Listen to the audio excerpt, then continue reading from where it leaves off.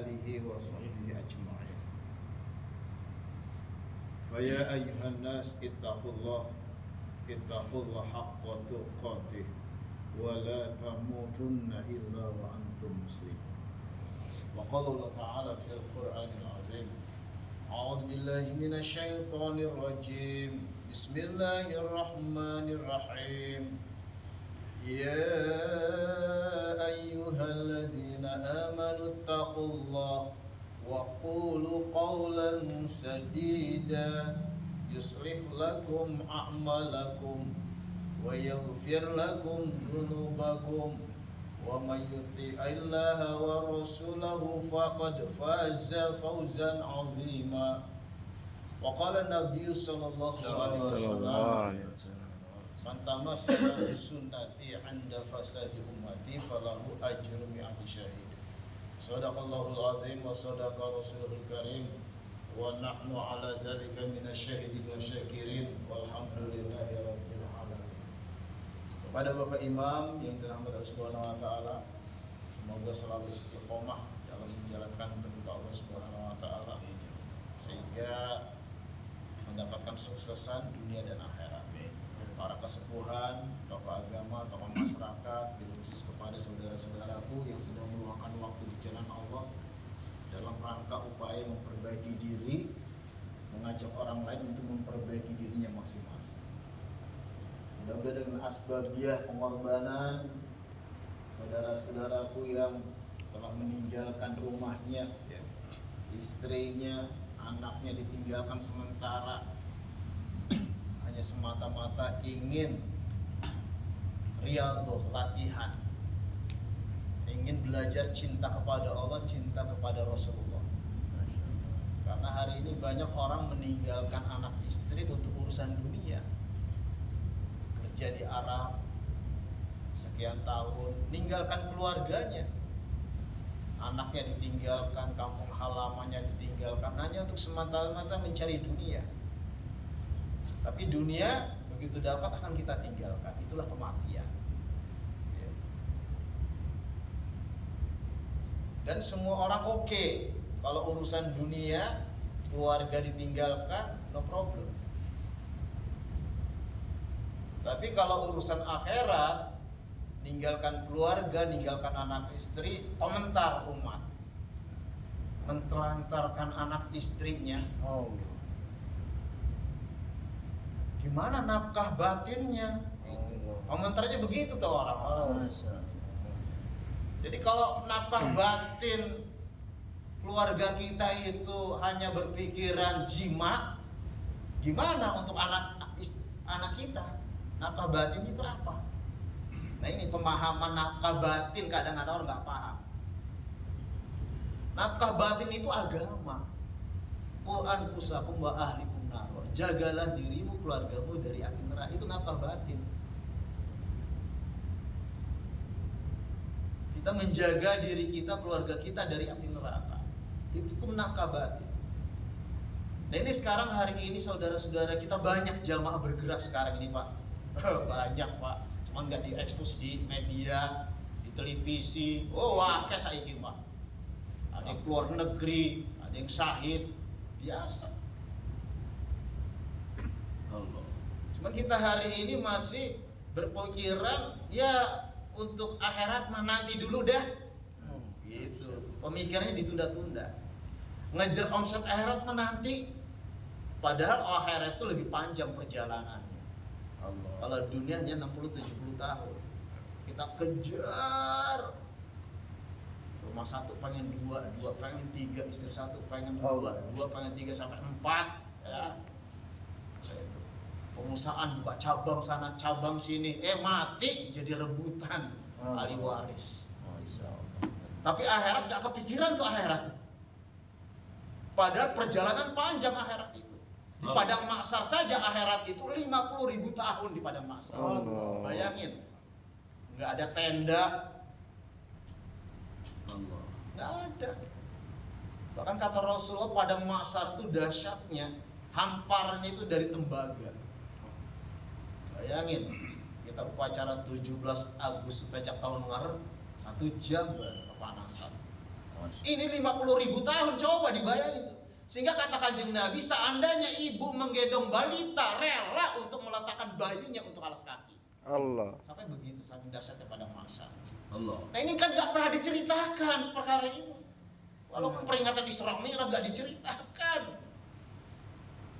Jadi perkara akhirat ini masih tabu kita hari ini. Padahal kita ini pulang ke akhirat. Asli itu orang-orang akhirat yang tinggal di dunia aslinya. Benar ya Cuman Allah. pohok kita ini lupa, asik dengan dunia kita, dengan permainan kita, masya Allah. Tapi nggak pikiran bagaimana akhirat kita. Maka masyarakat muslimin rahimahullah, untuk itu kita kumpul di sini dalam rangka untuk pikir ke sana. Bukan majelis ceramah, bukan majelis pikir bagaimana memikirkan keselamatan diri kita, keluarga kita, dan umat seluruh alam ini. Majelis ini bukan ceramah kayak Isra Mi'raj, Maulidan, ramai orang yang hadir. Bukan. Gimana saya diundang lagi nanti kalau dikasih amplopnya agak tebel. Allah. Ini bagi orang nganggo amplop, ada nih kaliawi tak kameranya karena Allah saja. Allah. Itu nggak ada amplopan.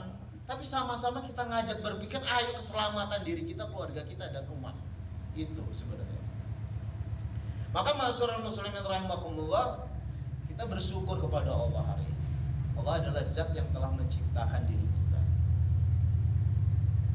Makhluk yang kecil, yang besar, semuanya ciptaan Allah. Ini harus diulang-ulang nih. Kalau nggak diulang-ulang lupa kita. Allah itu jadi Tuhan tuh harinya. Nggak mau nyebut Allah lagi, jadi hantu. Hari ini orang malu nyebut Allah Subhanahu wa Ta'ala, lam jalalah nggak mau disebut. Tuhan. Terus aja Tuhan, ujung-ujungnya hantu. Tapi kalau Allah nggak berubah, Allah nggak berubah kalimat itu walaupun diulang-ulang. Jadi mulai hari ini kita jangan nyebut Tuhan, jangan. Allah Subhanahu wa Ta'ala. Pede kita harus bawaannya. Ini mah yang di atas sana. Yang di atas sana langit. Nah ini hari ini umat Islam malu menyebut Allah Subhanahu wa Ta'ala.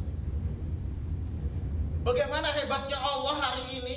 Kita belum paham. Hari ini orang kenal dengan perintah.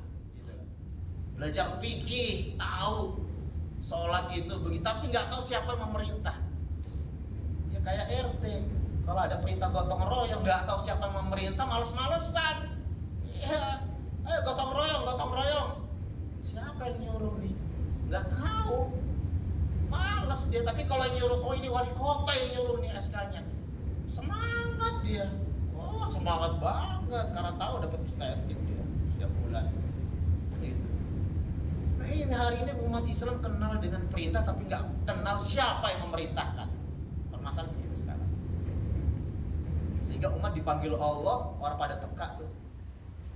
Diundang Allah nggak ada yang datang, apalagi subuh tuh. As-salatu khairum minan naum. Itu kata Allah sebenarnya. Salat itu lebih baik daripada tidur. Sholat untuk nona, Tapi karena kuasa nafsu kita menguasai diri kita itu tadi, nggak sholat nggak apa-apa, nggak sholat nggak naon-naon kan itu. Nafsu yang berbicara, imannya lemah. Ya iman lemah gimana sih ya? Namanya iman lemah, nggak nyambung sinyalnya. Dipanggil Allah nggak nyambung. Tapi kalau dipanggil manusia, nyambung banget deh. Ya. Coba seandainya ada sayembara, ayo yang sholat subuh berjamaah dikasih uang 1 juta, wah sergap semua. Kalau ada seperti itu promosinya, barang siapa yang sholat subuh berjamaah dapat duit 1 juta, wah mungkin orang pada ronda semua tuh, ngambil bagian semua. Tapi bukan nilai itu, itulah iman namanya. Nggak kelihatan. Nah ini imannya harus kita bicarakan selalu. Bagaimana hebatnya Allah diceritakan. Nabi Musa pernah bertanya kepada Allah, ya Allah, seandainya seluruh makhluk yang kau ciptakan ini tidak taat, baik jinnya, malaikatnya yang besar nggak taat seluruhnya, apa yang kau lakukan ya Allah? Aku akan mengutus hewan yang aku pelihara. Sekali patok saja habis seluruhnya, dipatok semua. Bayangin itu makhluk Allah yang besar. Apabila seluruh makhluk tidak taat sama Allah, dipatok. Maka kata Nabi Musa, ya Allah, hewan itu kau letakkan di mana? Hewan itu aku letakkan di tamanku. Nabi Musa bertanya, ya Allah, hewannya tamannya itu semana ya Allah? Maka Allah berfirman, a'udzubillahi minasyaitonirrajim. Innama amruhu idza arada syai'an ayyaqula lahu kun fayakun. Begitulah hebatnya Allah. Sesungguhnya jika Allah berkehendak sesuatu cukup mengatakan kun, jadi, maka jadilah dia. Hebatnya Allah seperti itu. Ini kan nggak ada kehebatan Allah di hati kita, belum ada, belum semangat ayat di hati 82. kita masih bersemangat kehebatan dunia, jabatan. Karena nggak pernah diulang-ulang permasalahannya. Harus diulang-ulang kehebatan Allah ini supaya masuk di hati kita yang paling dalam, diseriusin. Sehingga Rasulullah mengajarkan iman itu 13 tahun. Jadi sahabat-sahabat kuliah iman 13 tahun. Kita tanya pada diri kita masing-masing, berapa tahun kita kuliah iman? Kan gitu. Berapa tahun kuliah iman coba? Berapa wujud tidak bako udah apa? Perasaan udah ma'rifat. Berwujud tidak bako udah ma'rifat kayak. Kemudian bagaimana hebatnya Allah suatu ketika malaikat Jibril ditanya sama Kanjeng Nabi, wahai Jibril, apakah engkau pernah melihat wajah Allah? Wahai Rasulullah, semenjak aku diciptakan aku tidak pernah melihat wajah Allah. Karena Allah itu dilapisi dengan 70 cahaya, yang manakala aku mendekat kepada cahaya itu aku akan terbakar dengannya. Allah. Itulah hebatnya Allah. Ini harus dirasa-rasa, dibicarakan ini. Perkara yang batil aja kalau diulang-ulang jadi yakin. Iya. Ya. Dengar bayan masa kita, ada gerombolan perampok ya. Ada gerombolan perampok itu mau merampok kambing petani yang suka dagang bawa kambing ke pasar. Karena petaninya ini punya ilmu kedikjayaan, nggak bisa melawan.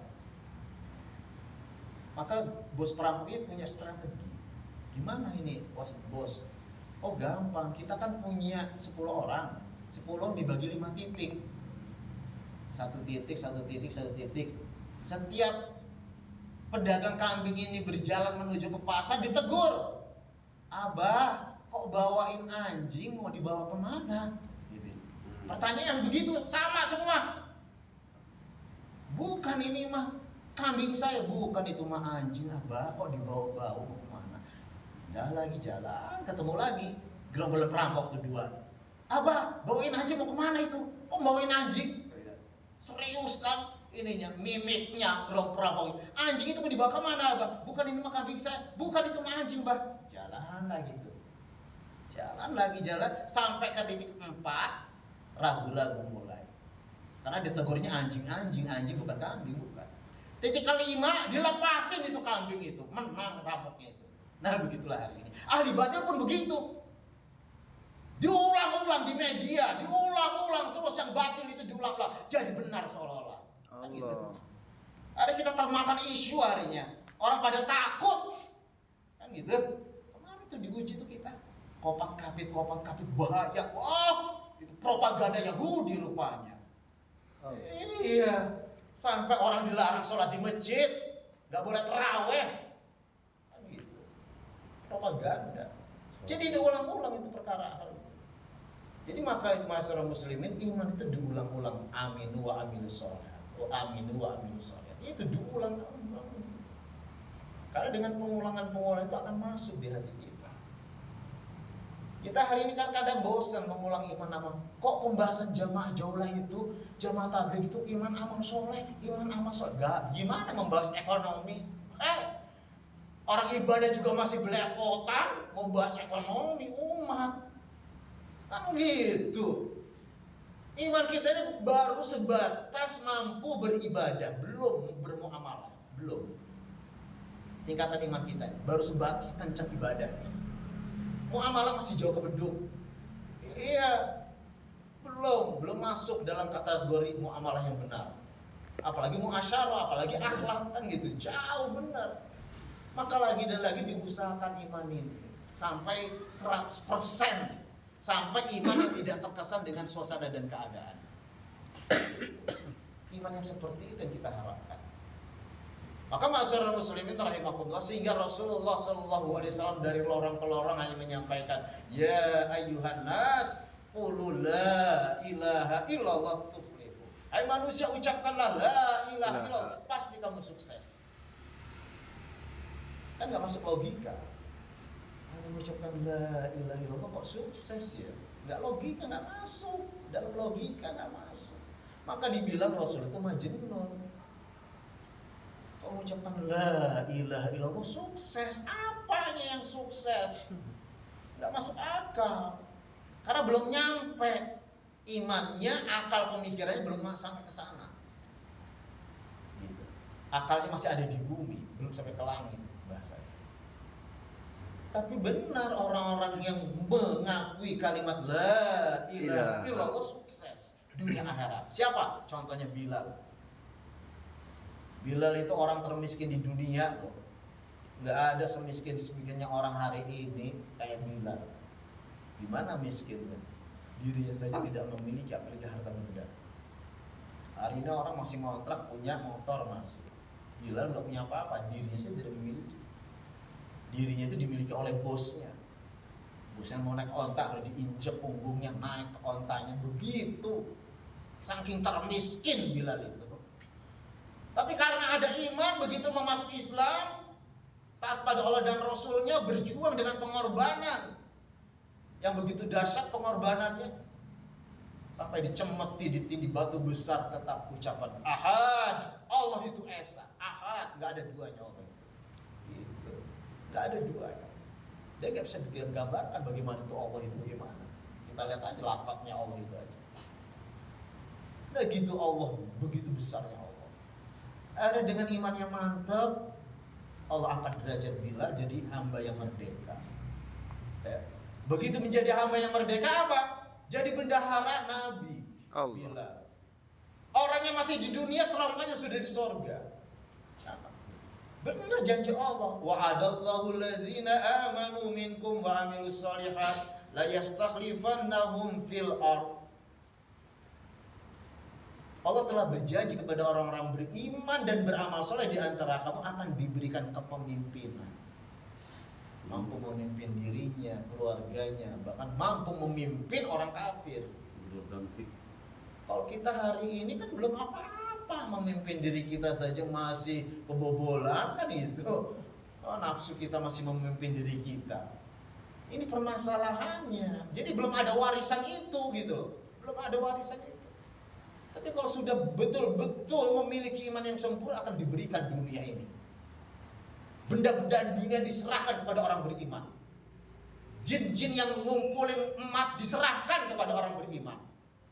Hari ini emas dikekepin nama jin sekarang ini.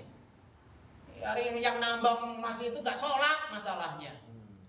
Yang nambang gak lupa waktu, lupa daratan, lupa lautan. Iya bahasanya gak tahu kenal waktu. Sampai masuk ke dalam rontokan, batu-batuan mati di dalam itu tadi. Karena permasalahan tadi gitu. Jadi Allah belum berikan kekuasaan, belum dipimpin. Ya. Masih kita ini dipimpin sama orang lain, belum mampu memimpin.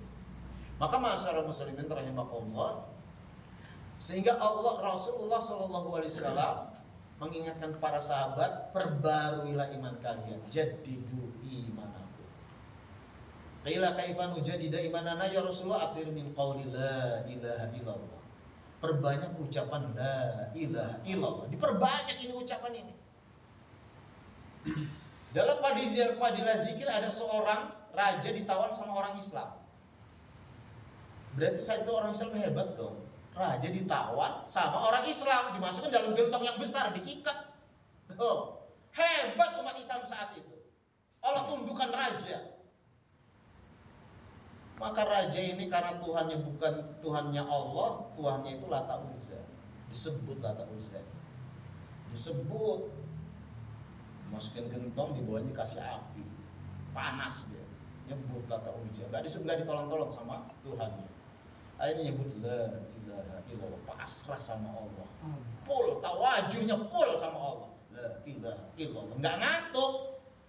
Gimana mau ngantuk orang di bawahnya kasih api? Tawajud full sama Allah. Akhirnya apa? Allah datangkan pertolongan juga.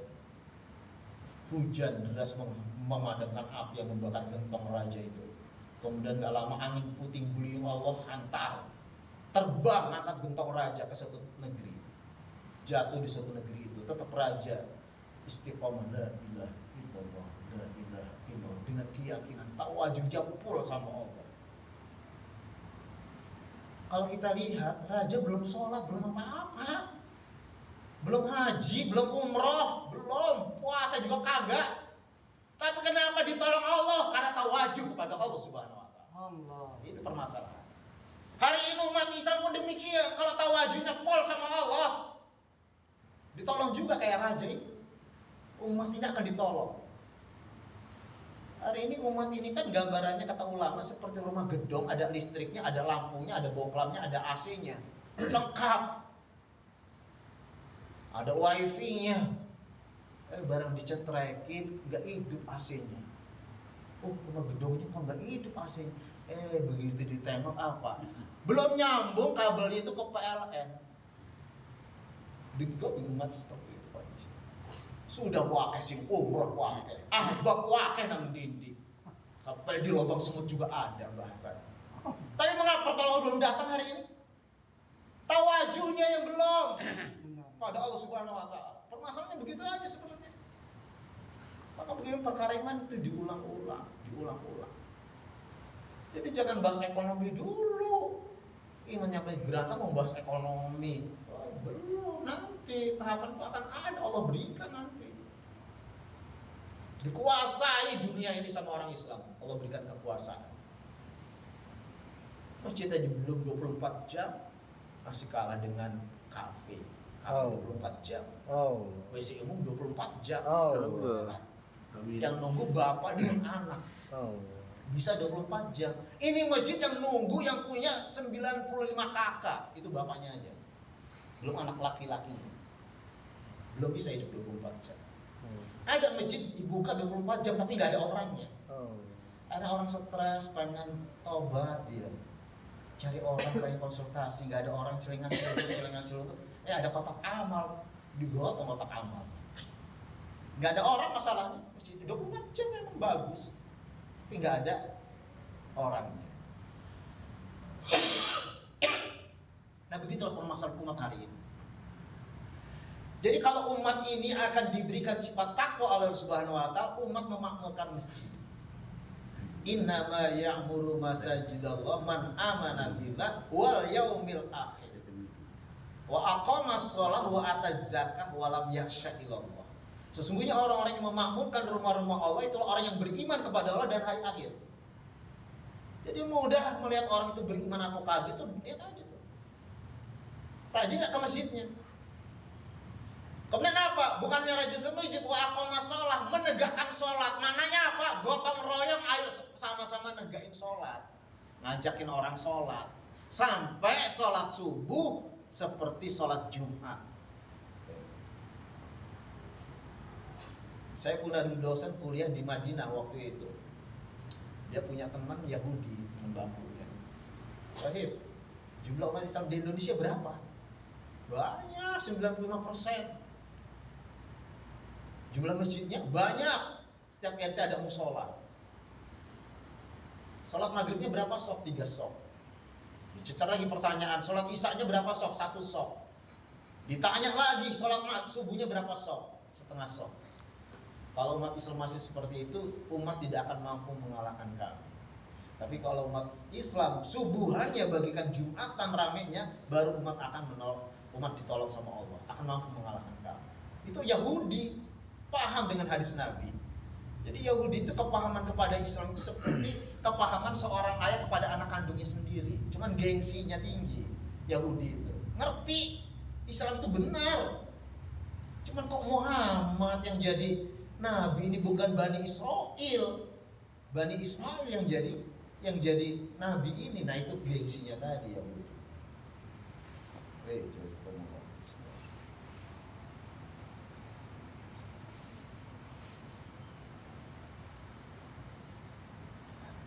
Jadi begitu ma'asyiral muslimin rahimakumullah. Hari ini kita mendambakan suasana seperti itu. Betul apa betul? Betul. Iya. Tapi kalau nggak ada usaha ya lucu lah. Siapa yang akan memulai usaha ini? Ya kita ini orang-orang ahli masjid. Bukan hanya orang jauh lah yang datang, bukan, kita ahli masjid menghidupkan amalan masjid 24 jam. Gimana caranya? Kita buat daftar piket dari jam 9 sampai dari jam 8 lah, kalau jam 8 sampai jam 9 siapa buat amalan. Dari 9 sampai 10 siapa, kan gitu. Berdua, jangan sendirian kalau belum berani, kan gitu. Ini kan banyak orang. 10 sampai jam 11 siapa buat amalan. Boleh tidur dulu di rumah gitu. Jadi 11 sampai jam 12 siapa buat amalan. Ya, sholat tahajud yang sudah ini, sholat taubat, baca Quran, baca selawat, buat amalan. Terus sampai pagi. Maka di Madinah azan 2 kali. Jam 3:30 itu bangunin orang sholat tahajud, yang di rumah datang ke masjid, yang di masjid pulang dulu. Itu makanya azan 2 kali, sejarahnya begitu. Ini dicontoh perusahaan-perusahaan besar dibuat seperti itu, sip-sipan. Saya waktu tinggal di Pekanbaru itu ada sarina itu. Jam berapa ini? 3:04 kok ada ini apa? Imsak apa-apa. Tiap malam itu. Pagi-pagi saya tanya penduduk sana, apa itu Pak? Itu giliran petugas bandara. Yang malam itu pulang, yang itu berangkat. Oh, itu rupanya sip-sipan itu rupanya. Itu perusahaan besar nyontoh seperti itu. Nah, begitu ini perusahaan besar masjid ini sebenarnya. Mega proyek. Cuman kita hari ini belum merasa besar kalau masjid ini perusahaan besar. Ngelola umat, mesin. Masjid ini mesin. Menghasilkan pemimpin-pemimpin yang adil. Kan gitu, dari masjid. Bukan dari universitas, bukan. Maka orang pintar pada keblinger sekarang. Dulu bagaimana Umar bin Khattab dikelola dari masjid, mesinnya itu diproduk dari masjid. Siapa sih Umar itu, kan begitu. Kalau kita lihat sejarahnya, kok bisa berubah total. Bahkan kata Kanjeng Nabi, setelah aku ini, seandainya masih ada Nabi, Umar lah jadi Nabi. Bayangin, Umar bisa memberikan komando jarak jauh, pasukan Mesir yang dikirim ke Sam. Waktu khutbah Jumat terlihat pasukan Mesir ini terkepung oleh musuh. Lihat benteng, hai Sirin, lihat benteng, lihat bukit. Ada pasukan Mesir membuat benteng di atas bukit. Jadi dulu belum ada video call. Kalau video lain sekarang kurang canggih. Ini video call yang diberikan kepada orang kafir, kepada orang beriman beda. Perangkatnya itu bukan itu perangkat iman. Ini mah video yang diberikan orang kafir itu. Allah. Ini menanti Allah akan memberikan video itu kepada orang beriman. Allah. Gunung dibelahnya. Apa nggak luar biasa? Teknologi mana yang bisa membelah gunung, coba? Iya. Tikus aja nganterin kepingan emas. Bayangin tuh. Oh, udah itu apa? Lahar yang keluar dari ini, Tamim Dari. Apa ya Tamim Dari ya? Nggak tiba-tiba suruh ngedelep lagi, lahar bisa ngedelep. Allah. Apa teknologi mana yang bisa ngedelepin lahar masuk lagi ke gunung? Nggak ada. Orang beriman, teknologi orang beriman akan diberikan itu. Maka ini usaha atas iman itu jangan ada kata istirahat. Kok belajar iman, istirahatlah dulu. Biar itu kan udah orang-orang junior, kita mau orang-orang lama, udah banyak pengorbanannya. Jangan begitu. Jangan merasa orang lama. Pengorbanan baru kemarin, baru tahun berapa kenal dakwah? Anak kau sudah tahun 65-an, baru sekedar cerita aja. Nah ini jangan merasa seperti itu, terus kerja dakwah ini. Seperti bagikan air dalam kehidupan kita, gitu. Jadi air dalam kehidupan penting, berarti amat sangat penting, gitu. Coba sih, kalau nggak ada air nggak mungkin tegaknya masjid atau ini. Nggak ada air ini nggak akan terjadi masjid itu. Iya, keramik nggak nempel, kipas angin nggak nempel, AC nggak nempel. Kalau nggak ada air, cuman kadang-kadang sudah nempel AC nempel, ini merasa sombong dia, katanya paling hebat saya menyejukkan ruangan. Kata Neon, paling hebat saya menerangi ruangan. Wah, kalau nggak ada ruangan, nggak ada cahaya, ini saling kok. Ya kata jam juga begitu. Wah, nggak tahu waktu kalau nggak ada ini, saling itu nggak inget tuh. Bisa nempel orang ada air. Nabi itu hari ini umat. Saya sudah habis Quran. Dulu, dakwah dulu. Jadi hari ini umat melupakan seperti kacang melupakan kulitnya hari ini. Iya, kacang lupa sama kulitnya. Iya, udah jadi mufti lupa. Dulu mah di emperan bisa diangkat mulia itu karena dakwah loh. Iya. Pondok pesantren muncul di mana kan ada dakwah. Itu aslinya mah. Orang mulai cinta kepada Nabi karena ada dakwah. Preman-preman masuk Islam taubat karena ada dakwah. Kan gitu. Tuh kadang-kadang lupa tuh. Sudah jadi mufti, sudah jadi maulana, lupa tuh. Udahlah, ente mah kerjanya nggak nyata. Kalau gue nyata nih, antar pesantren. Belum dakwah itu kan baru taklim wa taklum. Iya. Antarkan umat zikir sama Allah, ingat sama. Belum dakwah itu mah zikir ibadah. Jadi dakwah nggak bisa dipisahkan. 4 amalan kanjeng Nabi nggak bisa pisahkan. Dakwah ilallah, ta'lim wa ta'lum, zikir ibadah, itu 4 amalan nggak bisa dipisahkan. Kamil dan sumul. Kamil ini sempurna, sumul itu nyatu. Nggak bisa dipisah-pisah. Ngurusin dakwah aja. Tidak juga. Jadi yang nama dakwah itu intikoli dan makomi, itulah dakwah. Itu loh. Makomi ya sepakat makomi dari musyawarah harian, UMM, ya gitu.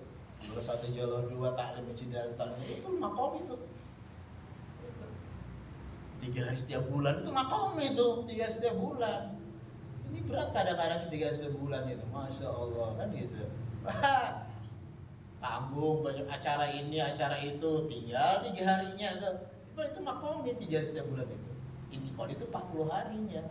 Itu harus begitu memang. Rangkaian dakwah itu seperti itu. Jangan ada kata istirahat.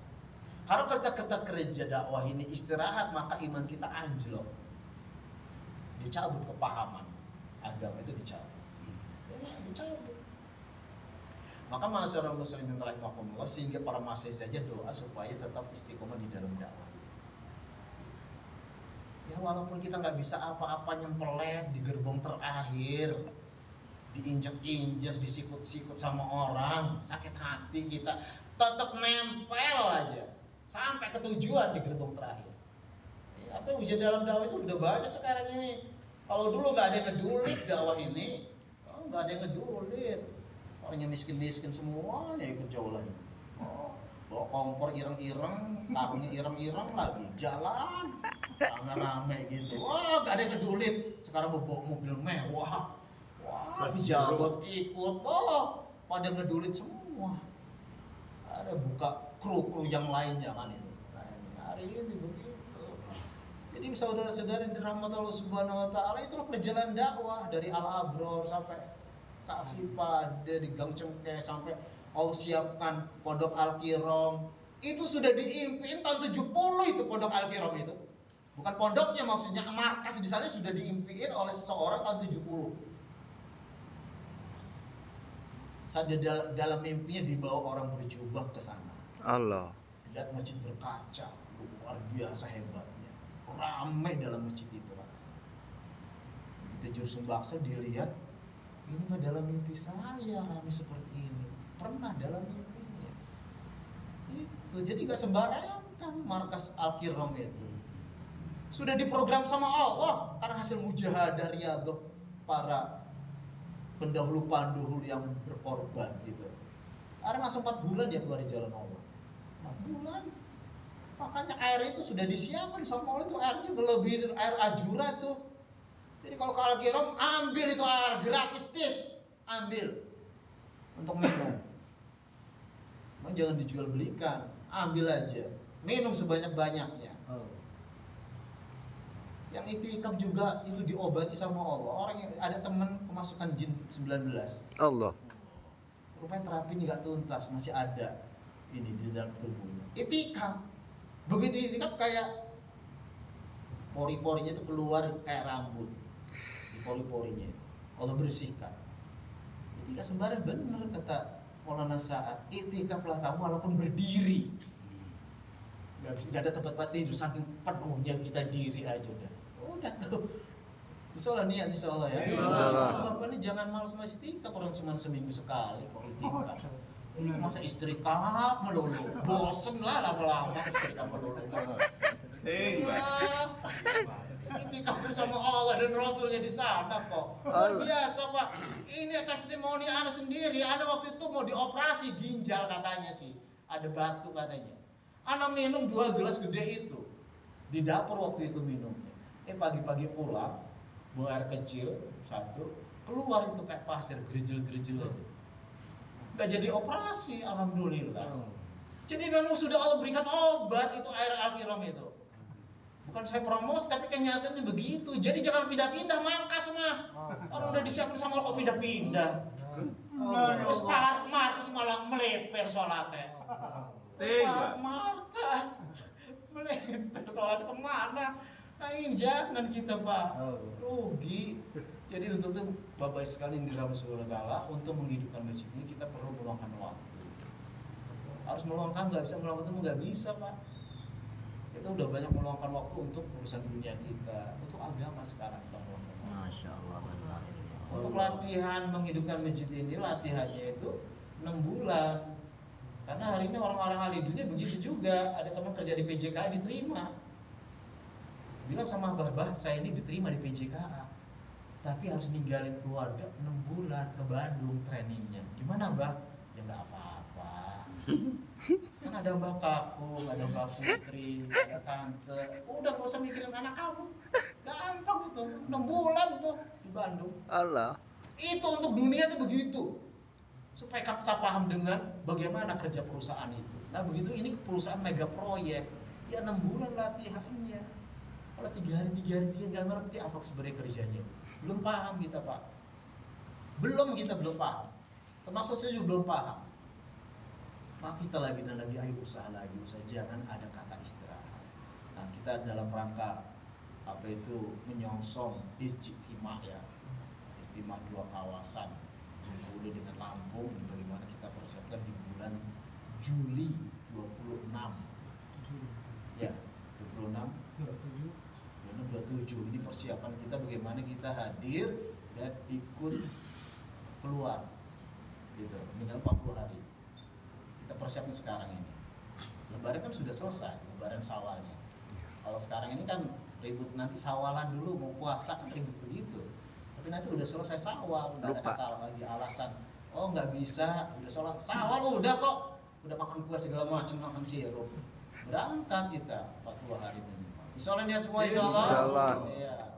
Demikian bagi sekalian yang dirahmati Allah. Jadi betul-betul kita syukurilah nikmat yang Allah kenalkan kepada kita dalam kerja dakwah ini. Pasti Allah jaga. Orang yang kerja dakwah Allah jaga. Allah selamatkan dirinya, keluarganya. Wa qul rabbi kuntu anta khairur rahimin subhanakallahumma wa bihamdika asyhadu an la ilaha illa anta astaghfiruka.